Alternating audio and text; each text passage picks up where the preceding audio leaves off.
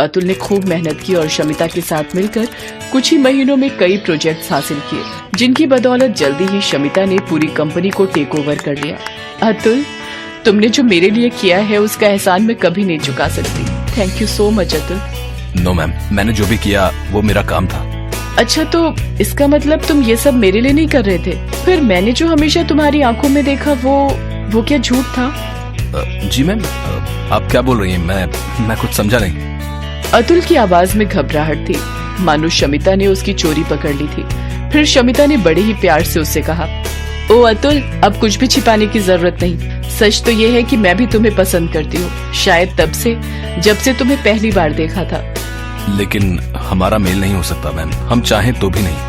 पहले तो तुम मुझे ये मैम कहना बंद करो और मुझे बताओ कि दिक्कत कहाँ पर है। मैं तो अपने पापा को आसानी से मना लूंगी। अतुल अपनी बीती जिंदगी और अपनी माँ शांता के बारे में शमिता को सब कुछ बताता है, जिसके बाद शमिता अतुल से कहती है, बस इतनी सी बात, तुम टेंशन मत लो अतुल, मैं एडजस्ट कर लूंगी। तुम तो बस जितना जल्दी हो सके मुझे आंटी से मेरा मतलब है कि मॉम से मिलवाने ले चलो। शमिता की बात सुनकर अतुल को बहुत अच्छा लगा। सच तो यही था कि वो भी शमिता को पसंद करता था। 2 दिन बाद वो शांता को दिल्ली ले जाने के लिए अपने गांव जाने ही वाला था, तो वो शमिता को भी अपने साथ ले गया।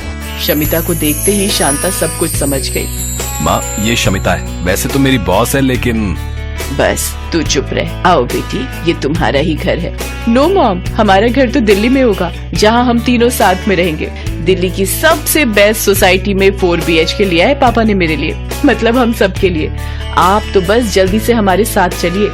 शांता कुछ कह न सकी, पर उसे बदलते हालात के साथ साथ बदलती सोच भी साफ दिखाई दे रही थी। पर वो ये भी समझ रही थी कि शमिता के साथ अतुल की खुशी जुड़ी थी, इसलिए उसने कुछ नहीं कहा और वो अतुल और शमिता के साथ दिल्ली आ गई। कुछ ही दिनों में अतुल और शमिता की शादी भी हो गई। शांता बाहर से तो खुश थी, लेकिन अंदर ही अंदर उसे एक अजीब सी चिंता खाई जा रही थी। क्या हुआ माँ, कुछ परेशानी है क्या? नहीं बेटा, परेशानी किस बात की। यहाँ तो मुझे अपनी जगह से उठना भी नहीं पड़ता।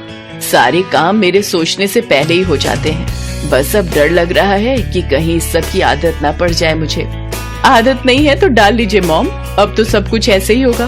आप तो बस लाइफ को एंजॉय कीजिए। शमिता की बात सुनकर शांता मुस्कुरा दी। शमिता और अतुल एक साथ बहुत खुश थे और ये देखकर शांता भी खुश थी।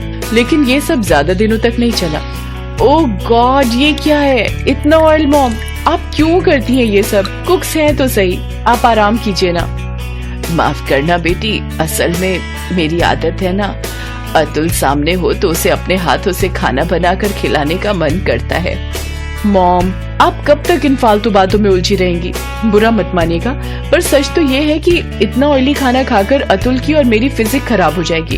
हमने कुक्स को सब समझाया हुआ है, वो हमारे हिसाब से ही खाना बनाते, तो आपको किचन में जाने की कोई जरूरत नहीं है। इवन आपको अगर कुछ खाने का मन करे तो कुक्स को बोल दिया कीजिए। नहीं बेटा, मुझे इस सब की आदत नहीं है, मैं अपने लिए खुद ही पका लिया करूँगी। उफ, आदत नहीं है तो डाल लीजिए मॉम, समझा कीजिए। अब आप लोगों के घरों में काम करने वाली कोई मेड नहीं है, इतने बड़े खानदान से रिश्ता जुड़ा है आपका। थोड़ा स्टेटस मेंटेन कीजिए। और ये क्या कपड़े पहन रखे हैं आपने? मैंने जो कपड़े आपके लिए मंगवाए थे उन्हें क्यों नहीं पहनती आप? बेटा वो कपड़े, वो मुझे एक्चुअली ना गलती मेरी और अतुल की ही है। हम आपके लिए कितना भी कर ले, पर आप तो खुद को बदलना ही नहीं चाहती। वैसे गलती आपकी भी नहीं है। अचानक इतना सारा पैसा और ऐशो आराम किसी को मिल जाए तो यकीन करना थोड़ा मुश्किल ही होगा। शमिता तो अपनी बात कहकर वहाँ से चली गई, लेकिन शांता से ये सब बर्दाश्त नहीं हुआ।